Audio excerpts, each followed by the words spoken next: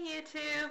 So I'm transferring my seedlings today, and I got most of my buckets filled before I realized, oh, I should share this with people. So I'm going to run through how I use recyclable plastic containers, what I use for dirt, and I'm not planting anything from seed today. I'm transferring seedlings. A lot of my seedlings have grown out of control and need to be thinned out. And today's the first day we've had nice weather. So we'll go around and look at what we've got going so far, and then we'll get into container gardening. Okay, so here's what's going on with the seedlings right now. I've already thinned out this cell unit. I did that this weekend. So my lettuce has room to frolic. My Italian lettuce also thinned out bad. Swiss chard looking good.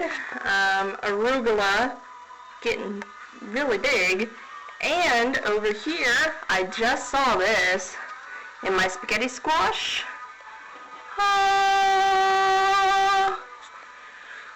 Crossing fingers that turns out this year. I think I told you guys I tried it last year and it did not work out. And those are pretty expensive when you buy them in the grocery store. I'm really hoping the farmers markets up here will have them. If not, I guess I'll be investing a lot into spaghetti squash if these don't turn out. But hopefully these will turn out and save me lots of money.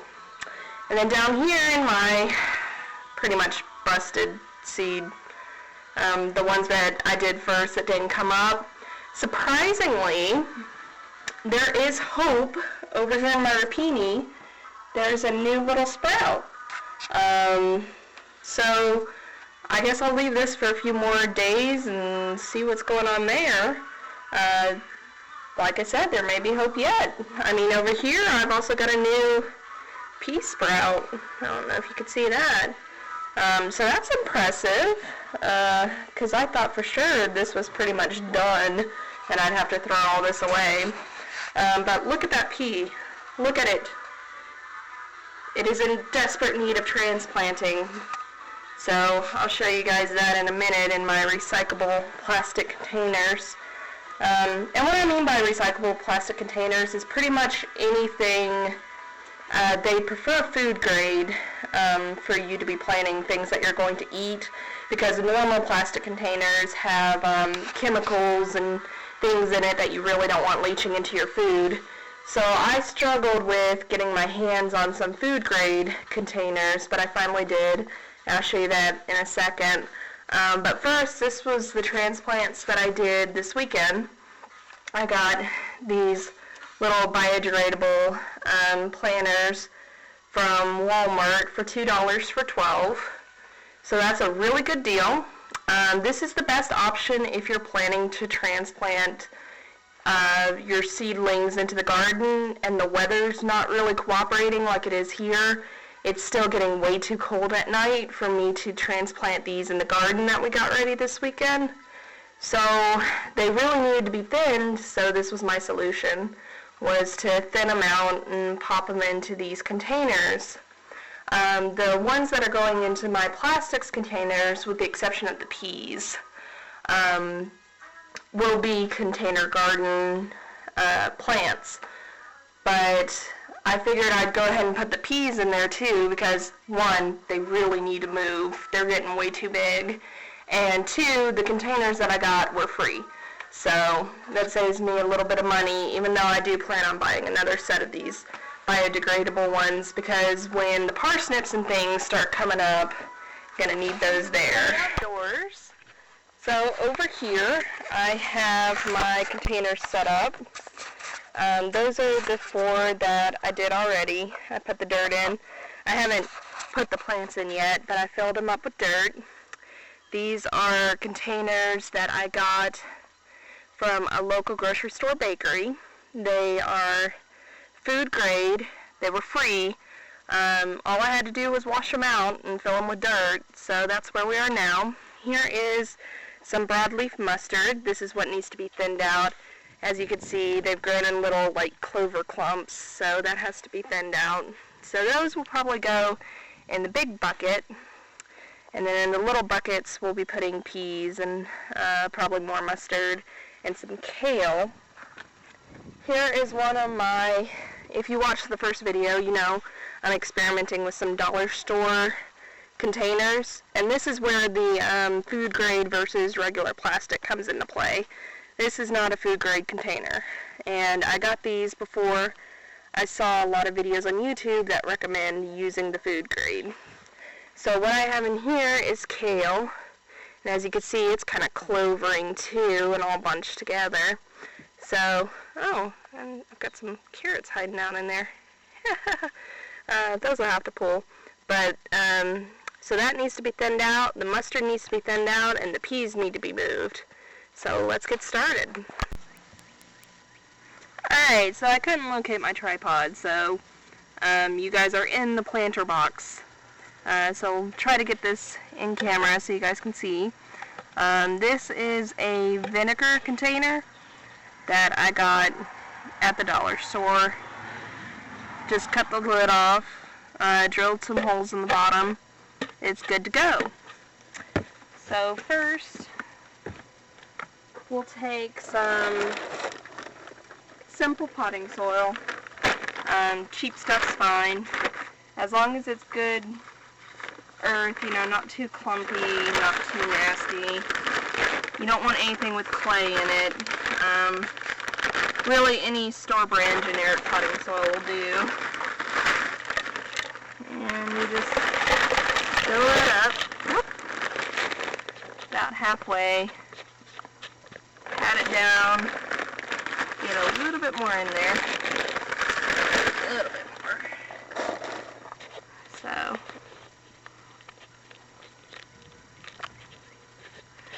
And pat it down. That still only comes about halfway, but that's okay, because what you're going to do next is take some good potting soil, like Miracle-Gro potting soil, potting mix, and we're just going to do a small layer. This is the layer that the plants will rest in because we're transplanting. So that's where all the nutrients are going to go, so that's why you want good premium soil on that level. It's also good not to fill the whole thing up with the expensive stuff, because it saves you money. So you can buy a whole bunch of cheap soil as your filler, and then have the good soil for the couple of layers that you're going to need for root health. So pat that down, just loosely patting, we're not really like jamming it down in there. You got about 1.5 inches or so from the top, like that. And then before I put the plants in, I'm gonna water it so it really sets in and presses down.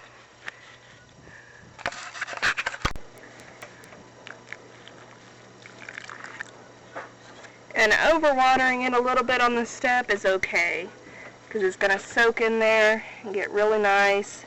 You see it kind of sucks it down. And because we put draining holes on the bottom, that excess water will just kind of flow out. And you want to leave that sit for a minute, which would be good right now because I've got to run back inside and get the pea plants that I'm going to put in here.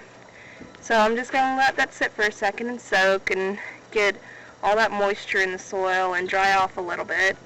And I'll be right back. Okay, so I just want to show you guys real quick. This is my sugar pea plant. It's the only thing going in this container since it's so small. And since this was the only one that came up anyway. But look at the roots. That root system is far outgrown the little seed pod. So this is what I was saying. It's in desperate need of transplanting. So we're going to take our vinegar container, now converted into a planter, and you can see at the bottom there's still some water. It's not draining quite as well as I had wanted it to. I probably should have drilled bigger holes, but it's still got a lot of space between the bottom and where the plant's going to sit, so I just need to be aware that I don't water this one as much, because if I do, that water's not going to drain as quickly as I like, and I'll be in danger of overwatering it.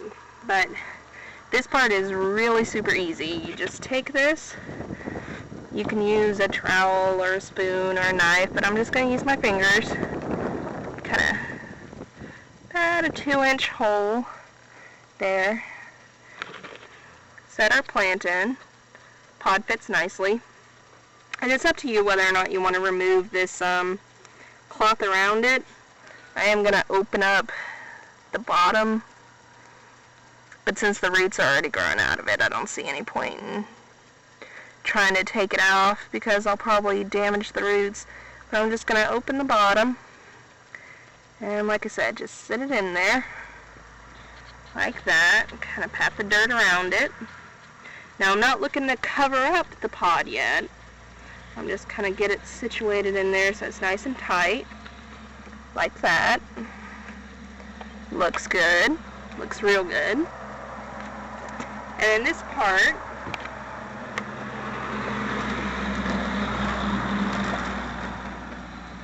you can use either soil that you want, either the cheap stuff or the Miracle-Gro, or whatever sort of fertilizer potting mix that you invest in. For this one, since he's pretty strong and has a good head start, I'm just going to use the cheap dirt. And you want to be gentle, so I'm going to do this by hand. Just kind of pack another layer of dirt around him, very gently, to the top of the container. Press down around the edges, not around the root system.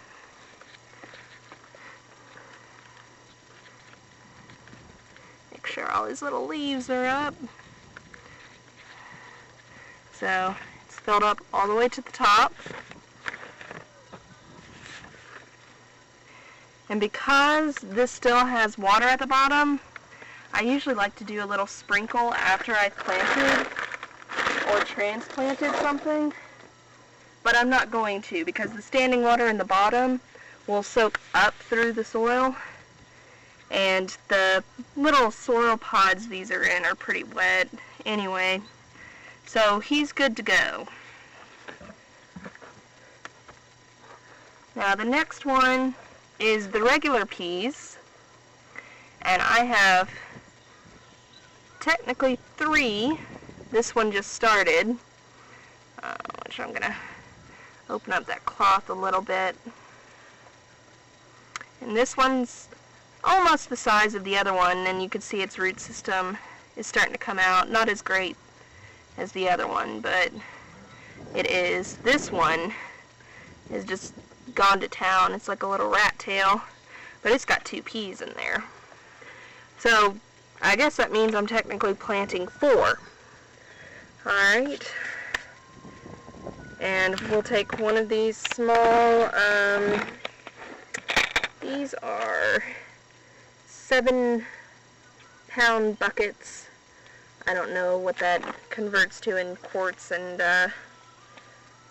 gallons and such, but I think these are a good transplant size, especially for multiple plants. So as you can see, that's the level the soil's at, which I don't even need to dig in this one. I can just set that on top like that. Make sure these have enough space. So I'll do a triangle. And you want to make sure they're away from the edges of your container as well. Little triad of peas. So I'll pick you up so you can see this. So this is what we've got. They are just resting in there. This is the double one here. This is the one that just came up after I had pretty much given up on these. And then this is the one, the big daddy. So that's what they look like. And again, we're just going to take soil. And in this one, you just want to come up to where the pods sit. These will get plenty of sun because they're already above the lip So do that real quick. Guys, back over there. And in this one I'm going to use the Miracle Grow, just because we have multiple plants at different stages of sprouting. And again, you just want to be gentle. Spread it around. Try not to unload dirt on your sprouts. Probably should be doing this one by hand too, but for sake of speed.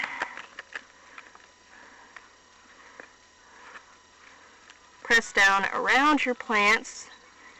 Kind of, you know, the seed pods are about an inch around them, so that's where you want to press. Not up against them, but where you know the seed pods are. And also around the edges again. And I would say this needs just a little bit more.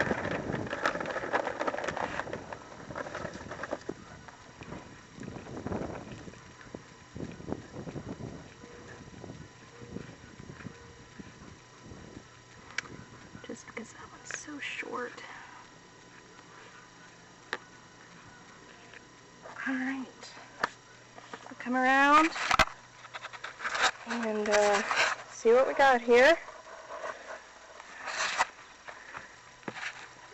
See how the soil comes up to the base of the plants.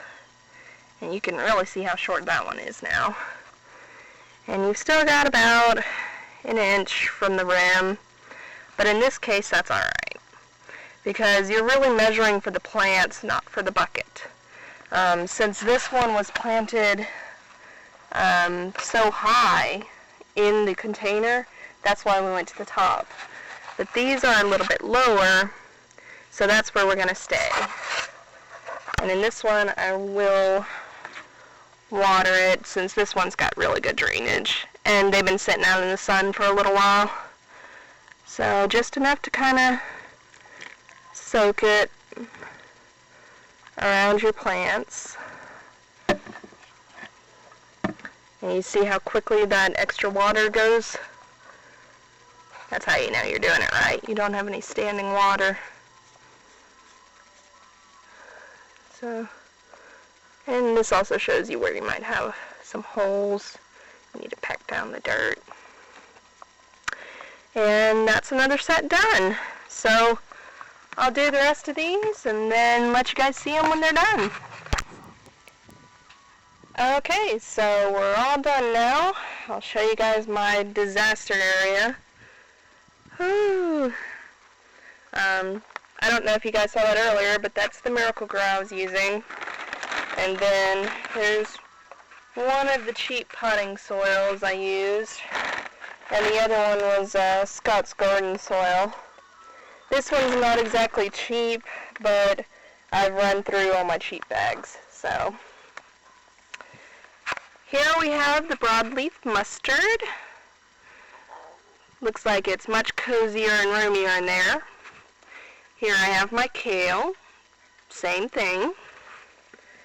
And then over here, that's a mix of mustard and kale, 5 mustard and 3 kale.